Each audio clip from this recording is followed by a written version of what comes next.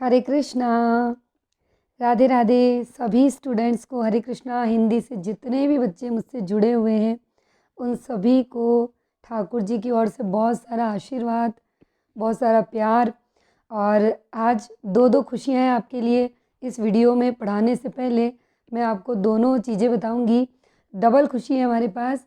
पहली तो आपको सबको पता है कि घर पे बिहारी जी पधार गए, क्योंकि मैं जब चित्तौड़ गई थी और प्राण प्रतिष्ठा करवाई, पूरा वीडियो मैंने आपके साथ शेयर किया है। अगर आपने नहीं देखा है तो ज़रूर देखना। भीलवाड़ा से चित्तौड़ की जर्नी का पूरा वीडियो चैनल की प्लेलिस्ट में है कि मीरा मंदिर में किस तरीके से वृंदावन से आई हुई कान्हा की मूर्ति का अभिषेक हुआ, फिर उसे घर लेके आए। तो आप सभी को बहुत बहुत बधाई। और दूसरी चीज़ ये कि मेरे पूरे यूट्यूब के परिवार को बहुत बहुत बधाई मुझे सपोर्ट करने के लिए, क्योंकि हमारे चैनल में 5K मेंबर हम हो चुके हैं। तो आप सभी का बहुत बहुत धन्यवाद। और साथ ही ठाकुर जी का भी धन्यवाद, क्योंकि जैसे ही वो आए और यूट्यूब पे 5K कंप्लीट हो गए, यानी आज हम लोगों का परिवार पूरा 5000 का परिवार हो चुका है। मैं बहुत खुश हूँ। और इस सब में सबसे ज़्यादा योगदान है आपका और प्रभु का। और पढ़ाई की बात पे आते हैं तो हमारा भाग 40 तक का वीडियो जो वो हो चुका है। हमने हिंदी साहित्य के इतिहास में भाग 40 में डायरी, रेखा चित्र, संस्मरण देखे थे। वहाँ तक हम चल रहे थे। बीच में ब्रेक आ गया था क्योंकि महाशिवरात्रि भी थी, ठाकुर जी की प्राण प्रतिष्ठा थी, मेरे स्कूल में 12वीं के बच्चों की विदाई थी, फेयरवेल था, तो मैं वहाँ भी तैयारियों में थी। इस वजह से हमारी क्लास नहीं हो पाई एक दो दिन। और अब वापस से हम क्लास की तरफ बढ़ते हैं। तो आज ये जो भाग है आपके सामने वो है भाग संख्या 41, यानी कि हिंदी उपन्यास। और इसमें आगे बढ़ने से पहले मैं यही कहूँगी कि अगर आप मुझे पहली बार सुन रहे हैं, जो भी बच्चे, तो फिर आप मेरे चैनल को सब्सक्राइब ज़रूर करें और बेल आइकन को प्रेस करें ताकि मेरी हर वीडियो आप तक पहुंच पाए। क्योंकि मैं आरपीएससी एग्ज़ाम हिंदी से जितने भी बच्चे तैयारी कर रहे हैं उनके लिए बहुत ही सुपर स्पेशल मैटर कह सकते हैं कि एक भी प्रश्न इससे बाहर नहीं जाएगा। इतना मुझे 100% विश्वास है। और मुझसे जितने भी बच्चे जुड़े हैं उनको तो पता ही है कि अब तक उन्होंने जितना पढ़ा है तो खुद उनके मुंह से निकला है कि मैम हाँ, एक भी प्रश्न इससे बाहर पुराने पेपर में नहीं गया। फिर भी आपको अगर ऐसा लगता है तो आप कमेंट सेक्शन चेक कर सकते हैं हर वीडियो का कि बच्चों ने वहाँ खूब लिखा है कि हाँ, एक भी प्रश्न बाहर नहीं गया। और ये जो मैं यहाँ पढ़ा रही हूँ इसे मैं अपने टेलीग्राम चैनल पे पोस्ट करती हूँ, तो एज ए PDF आप प्रिंट आउट कर सकते हैं या फिर आप इसे लिख सकते हैं, मेरे साथ चल सकते हैं। और इसका कोई भी चार्ज नहीं है, फ्री ऑफ कॉस्ट मैं ये नोट्स आपको प्रोवाइड करवा रही हूँ। और ये वही नोट्स हैं जिन्हें पढ़कर मैंने आरपीएससी हिंदी में स्कूल व्याख्याता की एक सीट ली है और ये मैं आपके लिए प्रोवाइड करवा रही हूँ। तो अगर आप मुझे पहली बार सुन रहे हैं तो मुझसे ज़रूर जुड़ें और इन नोट्स को टेलीग्राम चैनल से आप ले सकते हैं। टेलीग्राम चैनल का लिंक आपको मेरे डिस्क्रिप्शन बॉक्स में मिल जाएगा। और नहीं तो मेरे टेलीग्राम चैनल का नाम है हिंदी के रंग, कविता तोतला के संग। और हिंदी में ही आपको टेलीग्राम पे वहाँ लिखना होगा। उसके बाद आप वहाँ से जाकर उसे ज्वाइन कर सकते हैं। सारी PDF अब तक की जितनी भी मैंने पढ़ा चुकी हूँ वो सारी की सारी PDF आपको टेलीग्राम पे मिल जाएगी। थोड़ी सी मेहनत करनी होगी, ढूंढना पड़ेगा। और पहली कौन सी है, दूसरी कौन सी है, क्योंकि बहुत सारे बच्चों के कमेंट्स आए हैं जो मुझसे नए तरीके से जुड़े कि मैम हम अभी जुड़े हैं, हम क्या हमारा कोर्स हो जाएगा, क्या हम आपके साथ चल पाएंगे, क्या सारा कोर्स कवर कर पाएंगे। तो बिल्कुल, आप अभी जुड़े हैं या पहले से जुड़े हैं, सारा कोर्स आपका कवर हो जाएगा, आप कोर्स कवर कर पाएंगे। टेलीग्राम चैनल पहले तो यहाँ सब्सक्राइब कर लीजिए, उसके बाद ही टेलीग्राम चैनल आप ज्वाइन कर पाएंगे। तो वहाँ पे ज्वाइन करके और आप वहाँ पे सारी PDF पड़ी हुई है, आप उन्हें उतार सकते हैं। क्योंकि एक पूरा का पूरा रजिस्टर मैं कंप्लीट करा चुकी हूँ 343 पेज का। ये मेरा दूसरा वाला रजिस्टर चल रहा है। तो पहले आपको जो PDF मिलेगी शुरू में वो पेज संख्या 1 से होगी। अब यहाँ 2 रजिस्टर है, इसीलिए कंफ्यूज मत होना, क्योंकि अभी वाला जो स्टार्ट किया है उसके हम पेज नंबर 52 पे जो स्क्रीन पे चल रहा है, लेकिन पिछले वाले रजिस्टर के 343 पेज कंप्लीट कर चुके हैं। तो पहले उसको कंप्लीट कीजिएगा। और मैं उसमें जानकारी के लिए बता दूं कि सबसे पहले पेज पे आएगा आपके हिंदी साहित्य इतिहास की लेखन पद्धतियाँ। तो जो भी नए बच्चे जुड़े हैं वो अपने रजिस्टर में यहीं से उसी PDF से स्टार्ट करें, क्योंकि हिंदी साहित्य इतिहास की लेखन पद्धतियों से ही हमारे हिंदी साहित्य का इतिहास आरंभ होता है। ठीक है। बहुत सारे सवाल आपने मुझसे पूछे, मैंने सारे देखे, लेकिन बहुत ज़्यादा व्यस्तता थी तो पता नहीं चल रहा कि, और कुछ के तो कमेंट्स भी हाइड हो गए, मुझे नज़र भी नहीं आ रहे और मुझे याद नहीं रहे वो प्रश्न। तो फिर से आप कमेंट सेक्शन में अपने प्रश्न डालिएगा, मैं फिर से उन्हें वापस देख के और उनका जवाब ज़रूर दूंगी आपको, जो भी आपके कन्फ्यूज़न है उनको क्लियर करूँगी।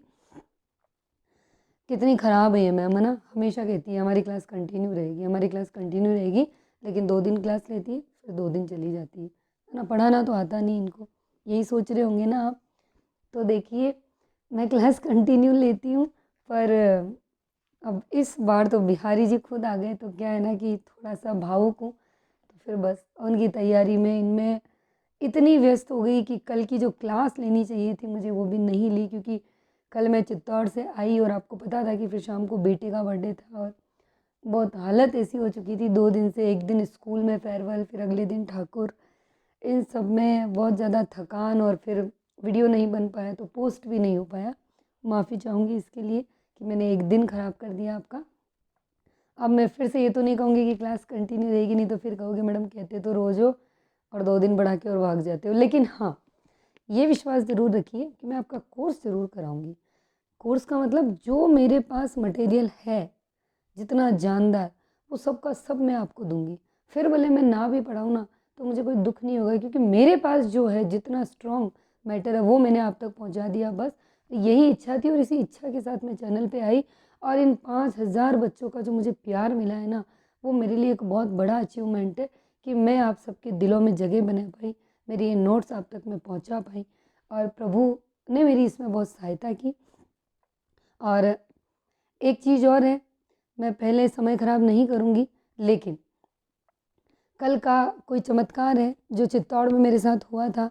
अगर आप सुनना पसंद करेंगे या आपको इंटरेस्ट है, तो वीडियो के लास्ट में मैं वो ईश्वर का चमत्कार ज़रूर बताऊँगी कि कल कान्हा ने क्या किया वहाँ पर और क्या नहीं किया। और हाँ, नामकरण संस्कार भी हुआ, हमने क्या नाम रखा इनका, जो भी है। तो अगर आपको चमत्कार सुनने की इच्छा है और वास्तव में आपको लगता है कि प्रभु इस दुनिया में है और उनके साथ के बिना हम कुछ नहीं कर सकते, क्योंकि भाई मैं तो आज जिस पोस्ट पे हूँ, गज़ेटेड बनाया है तो इसी ईश्वर ने मुझे बनाया, बाकी किसी में हिम्मत नहीं थी जो मुझे सीधा डायरेक्ट वहाँ पहुँचा दे। तो अगर आपको चमत्कार सुनने की इच्छा है तो वीडियो के लास्ट तक बने रहिएगा, क्योंकि मैं पहले पढ़ाऊँगी ताकि उन बच्चों का समय ख़राब ना हो जिनको इनमें कोई इंटरेस्ट नहीं है। तो पहले हम पढ़ेंगे, फिर अगर आपका मन करे कि कल चित्तौड़ में क्या हुआ था, वहाँ पे एक मिरेकल हुआ था बहुत ही अच्छा, फिर मेरे साथ सुनिएगा, ठीक है। हरे कृष्णा। अब हम हमारी पढ़ाई स्टार्ट करते हैं। हिंदी उपन्यास, अब हम उपन्यास में पहुंच गए हैं। छोटी छोटी विधाएं हमने पहले देख ली थी। गद्य की अन्यान्य विधाओं के समान उपन्यास का जन्म भी आधुनिक काल से ही माना गया है। आचार्य शुक्ल ने लाला श्रीनिवास दास कृत परीक्षा गुरु, जो कि 1882 ईस्वी का है, इसे हिंदी का पहला उपन्यास माना है। और समय की दृष्टि से श्रद्धाराम फुल्लोरी का भाग्यवती, जो कि 1877 ईस्वी का है, इनको हिंदी का प्रथम उपन्यास माना गया है। देखिए, मैं हर बार कहती हूँ, जैसा प्रश्न आपको पूछा जाता है वैसा ही आपको जवाब देना है। प्रश्न पूछा जाएगा कि आचार्य शुक्ल ने हिंदी का पहला उपन्यास किसे माना, तो वो माना है इन्होंने लाला श्रीनिवास दास के परीक्षा गुरु को। लेकिन अगर आपसे पूछा जाए कि समय की दृष्टि से हिंदी का पहला उपन्यास कौन सा है, तो वो होगा श्रद्धाराम फुल्लोरी का भाग्यवती 1877 का, ठीक है। प्रश्न जैसा होगा हमारा उत्तर भी बिल्कुल वैसा होगा। भारतेंदु युग में लाला श्रीनिवास दास, किशोरीलाल गोस्वामी, बालकृष्ण भट्ट, ठाकुर जगमोहन सिंह, राधा कृष्णदास मेहता, लज्जाराम शर्मा ने उपन्यास लिखे। अब सबसे पहले आएंगे बालकृष्ण भट्ट। आपने अगर यूजीसी नेट के प्रीवियस ईयर के जितने भी पेपर आए हुए हैं पुराने, उनकी बुक नहीं खरीदी है तो प्लीज़ खरीद लीजिए। उपकार की ले सकते हैं, प्रतियोगिता साहित्य की ले सकते हैं, लेकिन पुराने सालों के आए हुए पेपर की लेनी है। हिंदी की डिस्क्रिप्टिव की बुक हमको नहीं चाहिए, ठीक है। बहुत सारे बच्चे हैं जो मार्केट से जाके और डिस्क्रिप्टिव लेके आए हैं। हमें नेट नहीं करना है, हमें जेआरएफ नहीं करना है, हमें तो फर्स्ट ग्रेड बनना है फ़िलहाल, है ना। और हमें विद्वान भी नहीं बनना है, हमें एक सीट लेनी है। तो आप क्या करेंगे, वो बुक ज़रूर लाएंगे। वो क्यों लाएंगे, देखिए, जो बच्चे मुझसे जुड़े हैं उनको तो पता है कि मैं बार बार इसके लिए क्यों कहती हूँ, लेकिन अगर आप नए हैं तो फिर ये जो आधुनिक काल हमारा चल रहा है और यहाँ जो इतनी रचनाएं आपको दिख रही है, ये रचनाएं ऐसे याद नहीं होगी, आपका दिमाग ख़राब करके रख देगी। इसीलिए यूजीसी नेट के पुराने सालों के आए हुए पेपर का बार बार आप रिवीजन करिए। जब तक हमारा आधुनिक काल चल रहा है, रोज़ का एक पेपर निकालिए। नियम बना लीजिए कि हम यूजीसी नेट का एक पेपर रोज़ करेंगे। हिंदी में और कोई पढ़ाई नहीं भी कर पा रहे हो, किसी परिस्थिति में फंसे हो, किसी परेशानी में हो, कहीं भी हो, लेकिन एक पेपर यूजीसी नेट के पुराने आए हुए अब तक के जितने भी, एक पेपर आपको रोज़ का करना है। जिस तरीके से रोज़ सुबह शाम रोटी खाते हो, नियम बना लो कि एक पेपर मुझे सुबह और शाम में मिला के करना ही करना है। इसे अपनी ज़िंदगी का हिस्सा बना लो आप बस। आप बहुत इजी गोइंग फर्स्ट ग्रेड निकाल लेंगे हिंदी सब्जेक्ट के दम पे। मैं सही बता रही हूँ। जिन बच्चों के जीके के पोर्शन में बहुत प्रॉब्लम है, जिनको जीके में भी बहुत दिक्कत आती है, वो बच्चे हिंदी से अपना फर्स्ट ग्रेड निकाल लेंगे अगर आप, मैं जैसा कहती हूँ वैसा फॉलो करते हो। इन नोट्स को मैं टेलीग्राम पे भेजती हूँ, वहाँ से इनको दिन में 2 से 4 बार पढ़िए, रिवीजन करिए बार बार, फिर यूजीसी नेट का एक पेपर रोज़ करिए। कुछ भी नहीं करना है। और क्यों करना है? क्योंकि उसमें आपका सब कुछ आ जाएगा। हिंदी साहित्य का इतिहास भी आएगा, आपका काव्य शास्त्र भी आएगा, और अगर आप फर्स्ट ग्रेड से हैं तो फिर आपका उसमें एमए का सारा पार्ट भी आ जाएगा। और सेकंड ग्रेड के जितने भी बच्चे हैं उनको लगता है कि हमारे तो 20 प्रश्न आएंगे, इतना बड़ा हिंदी साहित्य का इतिहास हम क्यों पढ़ें। तो एक बात मैं बता देती हूँ, 20 प्रश्न तो बहुत होते हैं। यहाँ तो जब सिलेक्शन होता है ना आरपीएससी में, तो एक एक प्रश्न पे मारामारी चलती है, और आप उस एक प्रश्न की भरपाई उस वक्त नहीं कर सकते जब आप फेल होते हैं 1 नंबर से या 1 पॉइंट से। तो अपने दिमाग में अगर आपने ये बिठा रखा है कि 20 प्रश्नों के लिए हम इतना क्यों करें, तो फिर आपकी गलत सोच है। चाहे 5 प्रश्नों का सवाल हो, चाहे 50 प्रश्नों का सवाल हो, मैटर सारा पढ़ना होता है, आप कुछ भी नहीं छोड़ सकते। सेकंड ग्रेड के बच्चे अक्सर ये सोचते हैं कि हमारे तो ग्रामर का ज़्यादा रोल है ना, हमारे तो बीए का पार्ट ज़्यादा है, हम तो उसको पढ़े। भाई सब ऐसा सोचते हैं।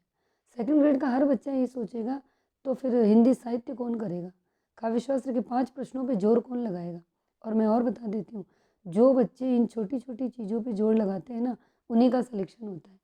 क्योंकि सभी ये सोचते हैं कि 50 प्रश्न ग्रामर के आएंगे वो करें, 50 प्रश्न हमारी किताबों से आएंगे वो करें, तो वो तो सभी कर रहे हैं, आपने क्या अनोखा किया? वो करो जो लोग छोड़ रहे हैं, क्योंकि सिलेक्शन वही दिलाएगा। ये दिमाग होता है, इसको काम में लेना सीखो। आपके काव्य शास्त्र के 5 प्रश्न आएंगे, माना कि अब बच्चे क्या करते हैं, यार 5 प्रश्न आएंगे क्या दिमाग लगाना, हिंदी साहित्य के 20 प्रश्न आएंगे क्या दिमाग लगाना। अरे ये जो 5 और 20 है ना, ये आपको 50 क्या 500 की ताकत दे जाएंगे, ये आपको 5000 बच्चों से आगे निकाल देंगे। ये मेरा अनुभव है। क्योंकि फर्स्ट ग्रेड का जो फर्स्ट पेपर है, और जो भी बच्चा तैयारी कर रहा है उसको अच्छे से पता है कि फर्स्ट ग्रेड के फर्स्ट पेपर में हमारे पास जो 10 सब्जेक्ट है, उसमें सब में से 5-5 प्रश्न ही आएंगे। अब आप सोचो, अगर वो बच्चे, आप ये सोचो कि कौन करे 5 प्रश्नों के लिए, तो फिर तो पूरा का पूरा पेपर ही छोड़ दीजिए आप। तो चाहे 5 प्रश्न आए, चाहे 50 प्रश्न आए, पढ़िए सारा, छोड़िए मत। मेहनत में अगर आप कमी रखते हैं तो फिर आप फल की इच्छा नहीं कर सकते, आप रिजल्ट की कोई उम्मीद नहीं कर सकते। इसीलिए पूरा पढ़िए। क्योंकि मैंने, मेरे आस पड़ोस में भी कितने बच्चे हैं जिनके मुँह से सुना है कि सेकंड ग्रेड में तो हिंदी साहित्य के इतिहास के 20 आ रहे, फिर हम क्यों पढ़े। तो वो आपकी इच्छा है। सिलेक्शन तो उसी का होगा जो कम में से ज़्यादा को खोज निकाल के लाएगा, ठीक है ना, क्योंकि ज़्यादा तो सभी पढ़ते हैं। ओके, आगे बढ़ते हैं। अब इनके उपन्यास है नूतन ब्रह्मचारी, 100 अजान एक सुजान, राधा कृष्ण दास। इनका, राधा कृष्ण दास ने क्या क्या लिखा? इनका उपन्यास है निस्सहाय हिंदू, ठीक है। अगले आते हैं हमारे लज्जा राम जी शर्मा, मेहता लज्जा राम शर्मा। धूर्त रसिक लाल, स्वतंत्र रमा और परतंत्र लक्ष्मी, आदर्श दंपति, बिगड़े का सुधार, आदर्श हिंदू। ठाकुर जगमोहन सिंह, श्यामा स्वप्न। बाबू देवकीनंदन खत्री ने क्या लिखा? अब देखिए, ध्यान से पढ़िए। ये जो लाइंस होती है ना, ये आपकी याद करने की होती है, इनको हल्के में नहीं लेना। मैं हर बार कहती हूँ, इन नोट्स की एक एक लाइन को रट लेना, समझ लेना, पढ़ लेना अच्छे से। क्योंकि ऐसे कैसे आएंगे, कौन सा सत्य है, कौन सा असत्य है, हाँ नहीं, हाँ नहीं, पूरा हिंदी का पेपर इस हाँ और नहीं के खेल पे रचा बसा है। हिंदी में तिलस्मी उपन्यासों के जन्मदाता देवकीनंदन खत्री, हिंदी के पहले लोकप्रिय और चर्चित उपन्यासकार देवकी नंदन खत्री। इनके उपन्यासों को पढ़ने के लिए अहिंदी भाषी लोगों ने क्या सीखी? हिंदी सीखी। कितने स्ट्रॉन्ग पॉइंट है। 3 ये दे देगा परीक्षा में एग्जामिनर कि बाबू देवकी नंदन खत्री के लिए कौन सा कथन असत्य है। चौथा कुछ अलग दे देगा, आपको निकालना है। क्या क्या लिखा? नरेंद्र मोहिनी, वीरेंद्र वीर, कुसुम कुमारी, चंद्रकांता, चंद्रकांता संतति, काजर की कोठरी, अनोखी बेगम, गुप्त गोदना, भूतनाथ। ठीक है, आगे। भूतनाथ को बाबू देवकी नंदन खत्री के पुत्र दुर्गादास खत्री ने पूरा किया था। यानी ये जो भूतनाथ है, इसको देवकी नंदन का बेटा था दुर्गादास खत्री, उसने पूरा किया। किशोरी लाल गोस्वामी, इस युग के सर्वप्रधान उपन्यास लेखक किशोरी लाल गोस्वामी। किस युग के? भारतेंदु युग के। ठीक है, किसने कहा? नगेंद्र ने कहा। याद रखना है आपको, ऐसे का ऐसे।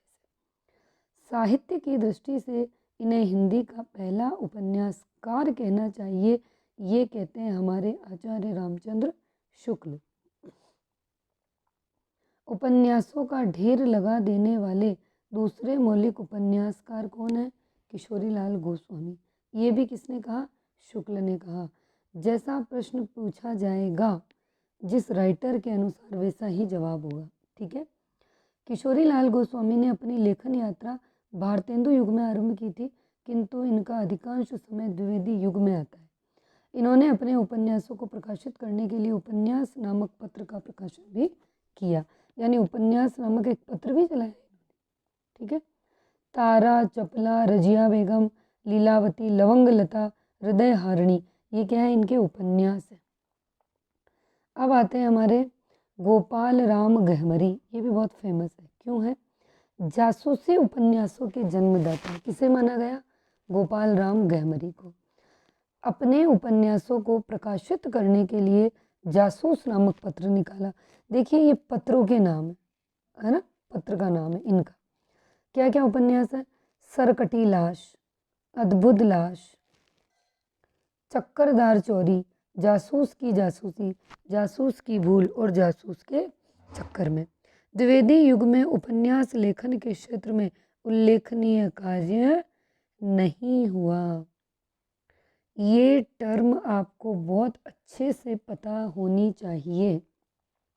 मैं हमेशा कहती हूँ और बार बार कहती ही रहूँगी, ताकि आपके दिमाग में फिक्स हो जाए कि कहाँ पर हाँ लिखा है और कहाँ पर नहीं लिखा है। ठीक है, ये आपको पता होना चाहिए। अयोध्या सिंह उपाध्याय हरिओद व ब्रजनंदन सहाय प्रमुख उपन्यासकार थे। अयोध्या सिंह उपाध्याय हरिओद, इनके उपन्यास है वेनिस का बांका। वैसे ये वेनिस का कांठा भी आता है यहाँ, जहाँ तक मुझे याद आ रहा है। थोड़ी थोड़ी मेरी स्मृति पर धूल छा गई है, मुझे लग रहा है। और आप बताइएगा कमेंट सेक्शन में, क्या ये वेनिस का कांठा मैं सही बोलती हूँ या बांका? शायद। ठीक है, अध खिला फूल, ठेठ हिंदी का ठाठ। ब्रजनंदन सहाय ने क्या लिखा? सौंदर्योपासक और राधा कांत। अब देखिए, अब आता है हमारा प्रेमचंद युग। ठीक है, प्रेमचंद युग में क्या क्या है? कविता के क्षेत्र में जिसे छायावाद काल कहते हैं, उपन्यास और कहानी के क्षेत्र में उसे हम क्या कहते हैं? प्रेमचंद युग। यानी छायावाद में तो खूब कविताएं लिखी गई, छायावाद फेमस था। ऐसे ही उपन्यास और कहानी के क्षेत्र में सबसे ज़्यादा नाम आता है प्रेमचंद युग का। मुंशी प्रेमचंद को केंद्र में रखकर हिंदी उपन्यास की विकास यात्रा को 4 युगों में बांट दिया। अब देखिए, प्रेमचंद तो सबने सुना है आपने, तो प्रेमचंद को रखकर केंद्र में और 4 कालों में या 4 युग कह सकते हैं, जिसमें हमने उपन्यासों को बांटा। इसकी विकास यात्रा, यानी ये शुरू हुए फिर ये लास्ट तक चले। कैसे? पूर्व प्रेमचंद युग, यानी प्रेमचंद से पहले कौन कौन से लिखे गए। प्रेमचंद युग, यानी प्रेमचंद के समय पे कौन कौन से लिखे गए। प्रेमचंदोत्तर युग, यानी प्रेमचंद के बाद कौन से लिखे गए। और स्वातंत्र्योत्तर युग, यानी स्वतंत्रता के बाद कौन कौन से लिखे गए। समझ में आ गया? अब देखिए, मुंशी प्रेमचंद सब जानते हैं, सबने पढ़ा है, बहुत ही फेमस है, कलम का मजदूर कहा गया है। और हाँ, मुझे इस कलम के मजदूर से याद आया कि मैंने पिछले वीडियो में शायद इन्हीं के लिए, मुझे देखो पूरा याद नहीं आ रहा है, पर अचानक से आपका एक कमेंट याद आया कि कलम का जादूगर, ऐसी कोई बात चली थी जहाँ शायद, हो सकता है मुझसे गलती हो गई हो, मुझे नहीं पता, मुझे याद नहीं आ रहा है, पर एक स्टूडेंट ने बिल्कुल सही लिखा कि मैम कलम का जादूगर रामवृक्ष बेनीपुरी को कहा गया। बिल्कुल सही कि कलम का जादूगर रामवृक्ष बेनीपुरी को कहा गया, बिल्कुल सही। और कलम का मजदूर इनको कहा गया। तो जिस बच्चे ने भी ये आंसर दिया, बहुत बहुत धन्यवाद। गलतियाँ सबसे होती है, हो सकता है कि बोलने में मुझसे चूक हो गई हो वहाँ पे, पर आपने बहुत सही आंसर दिया था वहाँ, ठीक है। नाम मुझे नहीं पता वो कौन थे। जन्म 1880 में कहाँ हुआ है? वाराणसी के लम्ही ग्राम में। देखिए, इन्हें उपन्यास सम्राट, कथा सम्राट कहते हैं। पहले उर्दू में लिखते थे, बाद में हिंदी में आए। उर्दू में नवाब राय और हिंदी में प्रेमचंद नाम से लिखते थे। लगभग 1 दर्जन उपन्यासों की इन्होंने क्या करी थी? रचना। देखो, प्रेमा, रूठी रानी, सेवा सदन, प्रेमाश्रम, रंगभूमि, कायाकल्प, निर्मला, गबन, कर्मभूमि, गोदान, मंगलसूत्र, वरदान। ये क्या है? इनके उपन्यास। ये सब इनके सन है। प्रेमा 1907, रूठी रानी 1907, सेवा सदन 1918। ये KVS 2018 में पूछा गया प्रश्न था, जिसे मैं गलत करके आई थी। ठीक है ना। देखो, जो हम गलतियाँ करते हैं वो हमेशा याद रहती है। ये मुझे उस वक्त इसका ईयर याद ही नहीं था, तो जो जो गलतियाँ करते गए वैसे वैसे सीखते गए, ठीक है। प्रेमाश्रम 1922, रंगभूमि 25, कायाकल्प 26, निर्मला 27, गबन 31, कर्मभूमि 33, गोदान 35, ठीक है।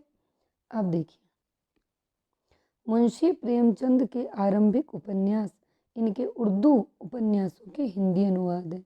देखो, मुंशी प्रेमचंद ने जो शुरू में उपन्यास लिखे थे, तो बहुत सारे उर्दू उपन्यास जो थे उनका हिंदी में अनुवाद किया है। समझ में आ रही है बात? उर्दू उपन्यासों का क्या किया? हिंदी अनुवाद। कैसे? देखो, प्रेमा 1907 में इन्होंने लिखा था, ये हिंदी में उपन्यास था, लेकिन उर्दू में ये किस नाम से था? हम खुरमा व हम सबाब। समझ में आ रही मेरी बात?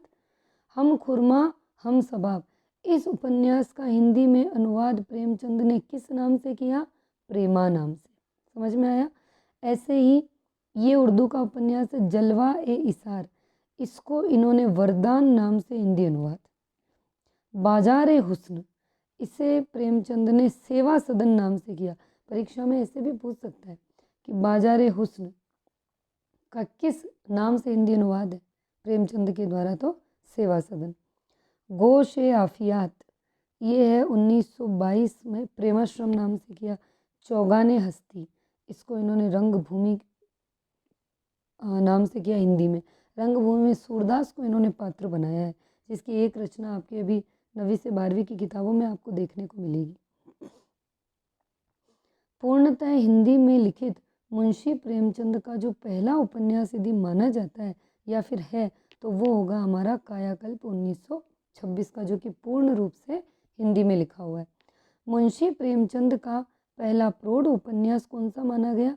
प्रौढ़, सेवा सदन 1918 का, और ये उर्दू में किस नाम से था? बाजार हुस्न के नाम से। सेवा सदन का प्रकाशन मुंशी प्रेमचंद और हिंदी उपन्यास दोनों के लिए महत्वपूर्ण घटना थी। देखो कितना इम्पोर्टेंट है, तभी KVS में पूछा गया था ये। प्रेमचंद ने हिंदी उपन्यास साहित्य को मनोरंजन के स्तर से ऊपर उठाकर जीवन से जोड़ने का कार्य किया। ये भी आपका एक प्रश्न बनता है कि हिंदी उपन्यास साहित्य को मनोरंजन के स्तर से ऊपर उठाकर जीवन से जोड़ने का कार्य किस लेखक ने किया? तो वो है प्रेमचंद। अब आते हैं हमारे विश्वंभर नाथ शर्मा कौशिक। इन्होंने मुंशी प्रेमचंद का अनुकरण किया, यानी बिल्कुल उनके पथ पर चले। इनके उपन्यास है माँ और भिखारिन, फेमस है ये, है ना। शिव पूजन सहाय, आंचलिक उपन्यासकार है ये, बहुत फेमस है, यानी आंचलिक कथाकार कह सकते हैं इन्हें। इन्होंने हिंदी उपन्यास को मुंशी प्रेमचंद से भिन्न मार्ग पर ले जाने का प्रयत्न किया। इनके द्वारा रचित देहाती दुनिया को हिंदी का पहला आंचलिक उपन्यास माना गया।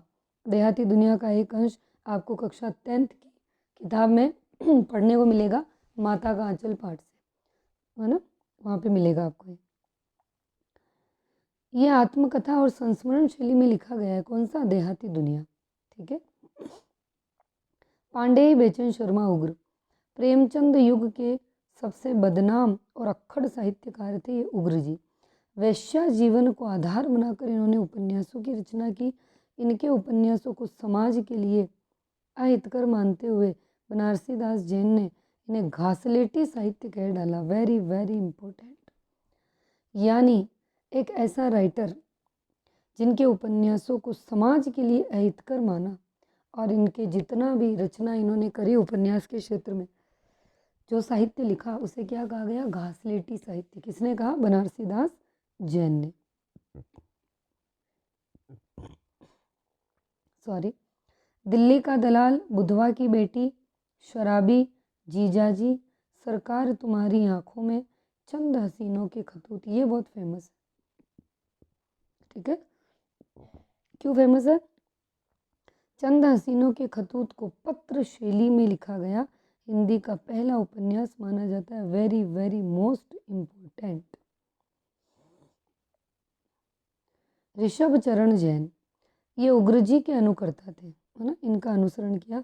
वर्जित विषयों पर उपन्यास लिखे। दिल्ली का कलंक, दिल्ली का व्याभिचार, वेश्यापुत्र। फिर है अनूप लाल मंडल, समाज की वेदी पर और रूपरेखा, और ये दोनों ही उपन्यास जो है ये क्या है? पत्र शैली में है। जयशंकर प्रसाद ने 3 उपन्यास लिखे, कंकाल, तितली, इरावती। इसमें से पूछा अक्सर ये जाता है कि इनका अपूर्ण कौन सा रहा, तो इरावती। निराला जी ने लिखे उपन्यास अलका, अप्सरा, प्रभावती, निरुपमा। अब देखिए, अब हम पढ़ते हैं प्रेमचंदोत्तर या छायावादोत्तर।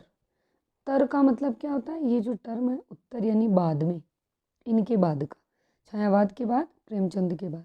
तो प्रेमचंद के पश्चात हिंदी उपन्यास साहित्य 4 धाराओं में बटा। अब इसके पहले हमने 4 धाराएं अलग देखी थी, अब ये 4 धाराओं में और बटा। कौन कौन सी?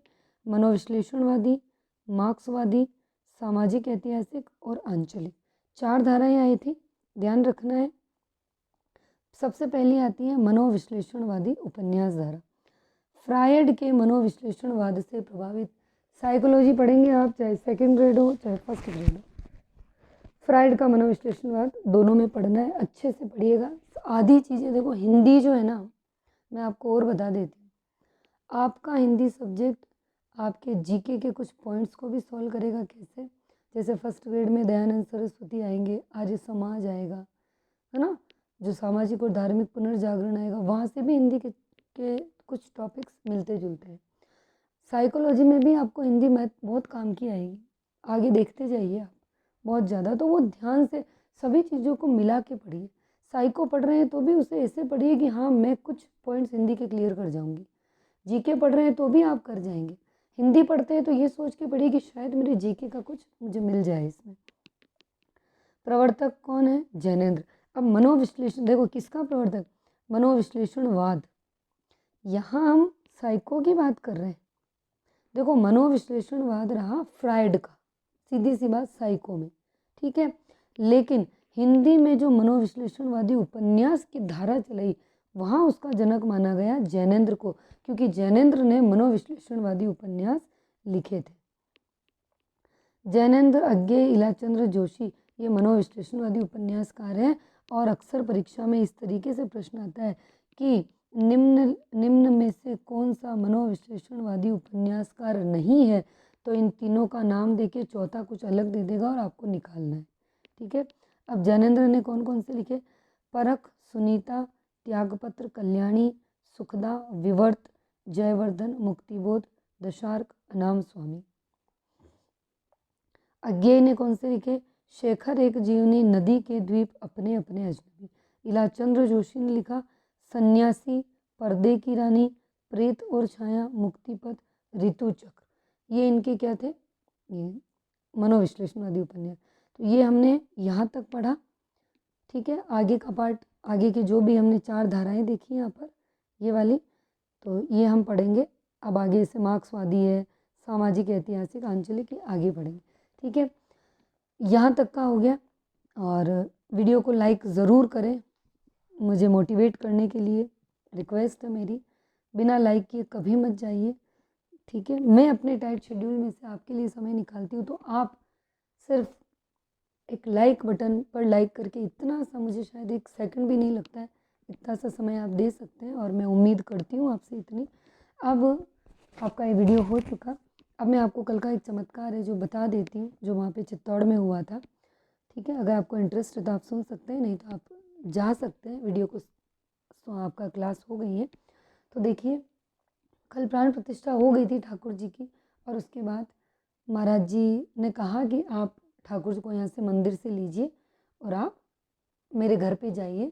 पहले ठाकुर को मेरे घर ले जाएंगे, फिर वहाँ से हम इन्हें विदा करेंगे, इनका भोग वोग लगा के और इनको शॉल दुपट्टा पहना के, माला वाला पहना के। तो चित्तौड़ के मीरा मंदिर से महाराज जी, जिन्होंने इनका अभिषेक किया ठाकुर जी का, उनका घर करीब आधे किलोमीटर से या 1 किलोमीटर तक आप मान सकते हैं, इतनी दूरी पे है जहाँ से पैदल हमको जाना होता है किले पे ही है, थोड़ी दूरी। मैं वहाँ गई, मैंने ठाकुर जी को बिठाया, और मैंने सुबह से खाना नहीं खाया था, तो मैंने लिया हुआ था व्रत की, मैं प्राण प्रतिष्ठा हो जाए उसके बाद ही कुछ खाएंगे। तो मैं और महाराज जी की पत्नी, जो मेरे साथ आंटी जी थे, हम दोनों खाना खाने बैठे। उनके शिवरात्रि का व्रत था, और मैं प्राण प्रतिष्ठा के बाद हम दोनों भोजन पे बैठ चुके थे, हम दोनों खाना खा रहे थे। अचानक से एक व्यक्ति आता है, और व्यक्ति उनके मिलने वाला था। वो उनको किसी चीज़ का निमंत्रण देने आए थे। उन्होंने उनसे कहा कि शाम को आपको सपरिवार पधारना है, घर पे खाना है। जैसे कोई नॉर्मल व्यक्ति हमारे घर आता है, ऐसे उनके घर।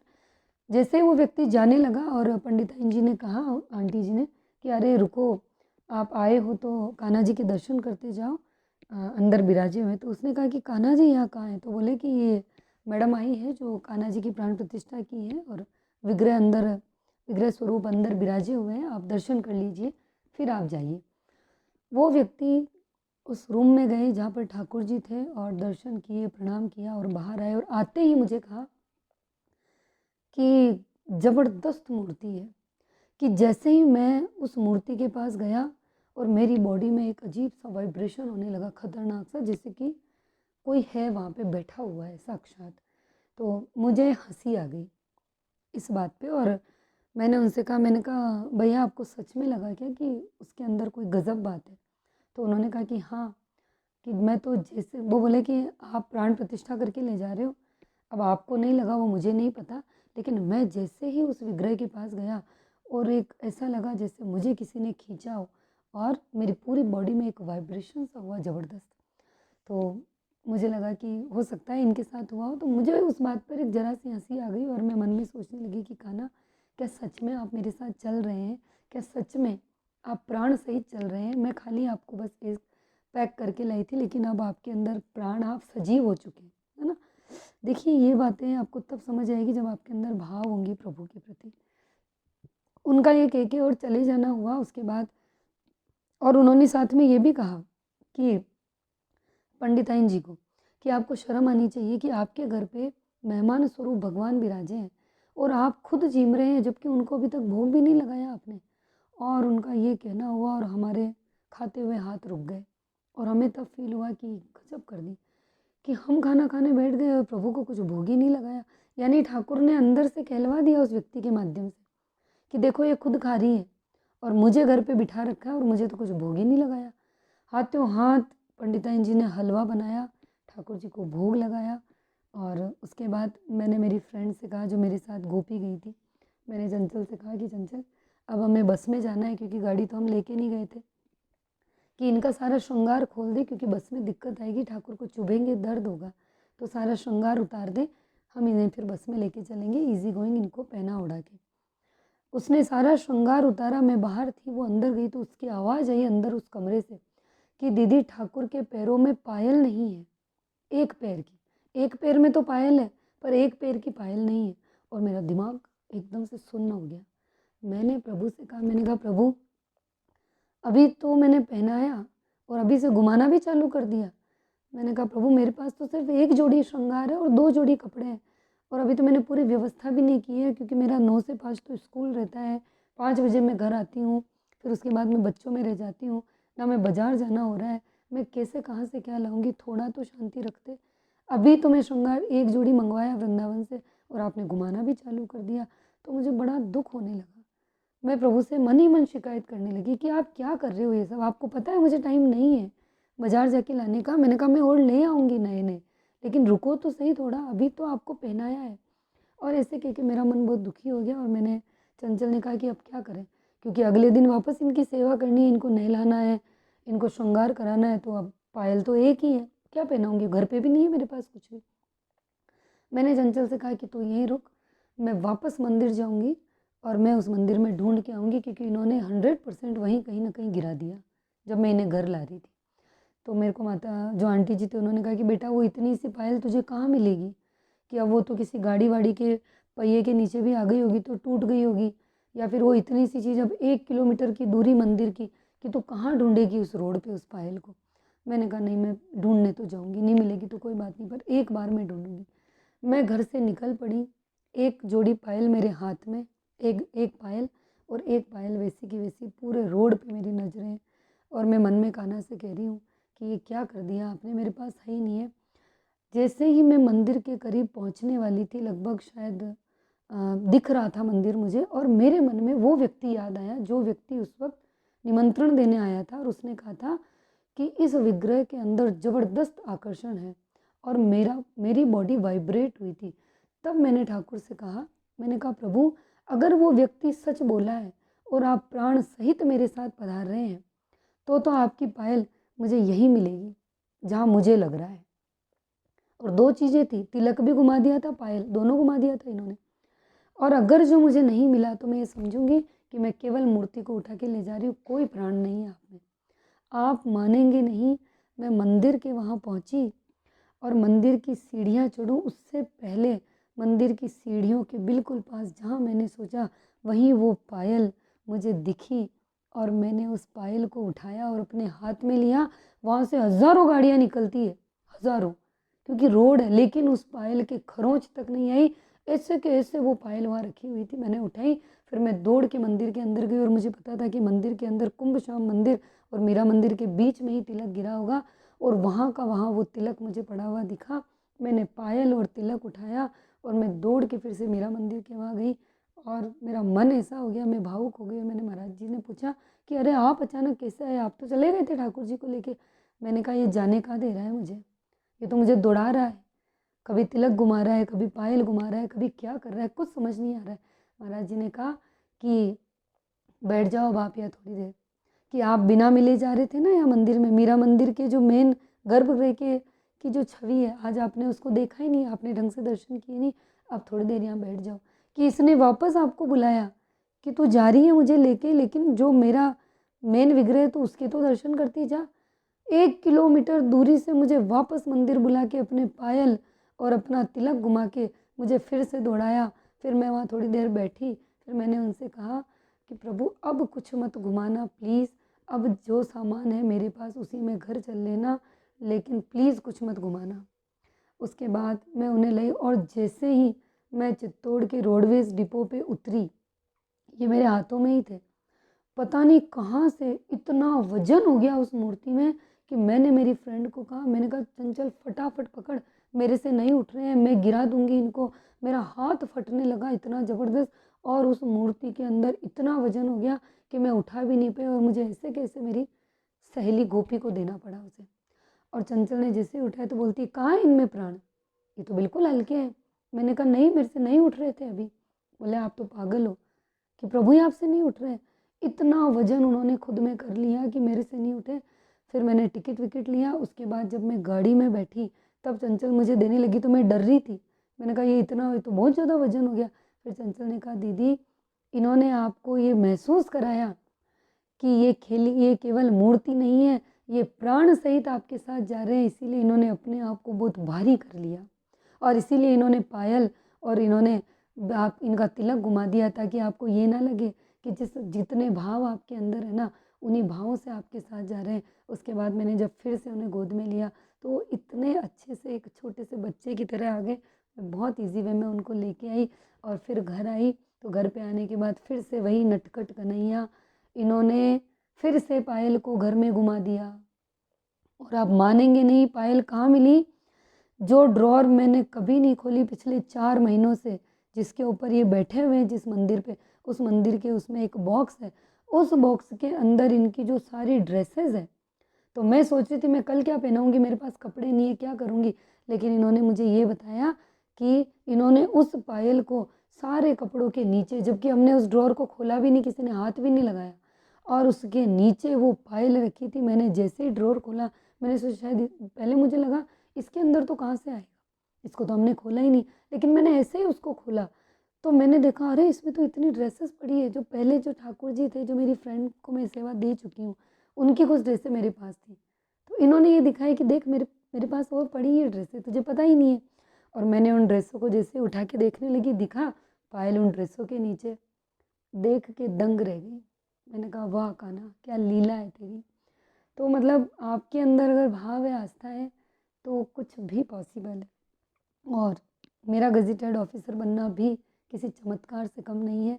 आपको विश्वास हो तो अच्छी बात, ना हो तो अच्छी बात। और जो बच्चे ये कहते हैं कि हमारी तो आस्था ही मर गई है क्योंकि हम बार-बार फ़ेल हो रहे हैं, तो आस्था मत मारिए, अपने कर्म को अच्छे से कीजिए और कान्हा पे भरोसा रखिए, ठीक है?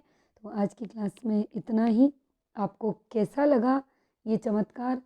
कैसा लगा आपको ये सब जान के? मुझे कमेंट सेक्शन में ज़रूर बताइएगा कि क्या आपको लगता है कि कान्हा साथ नहीं है? बिल्कुल साथ है, बिल्कुल साथ है वो आपके। हरे कृष्णा, राधे राधे।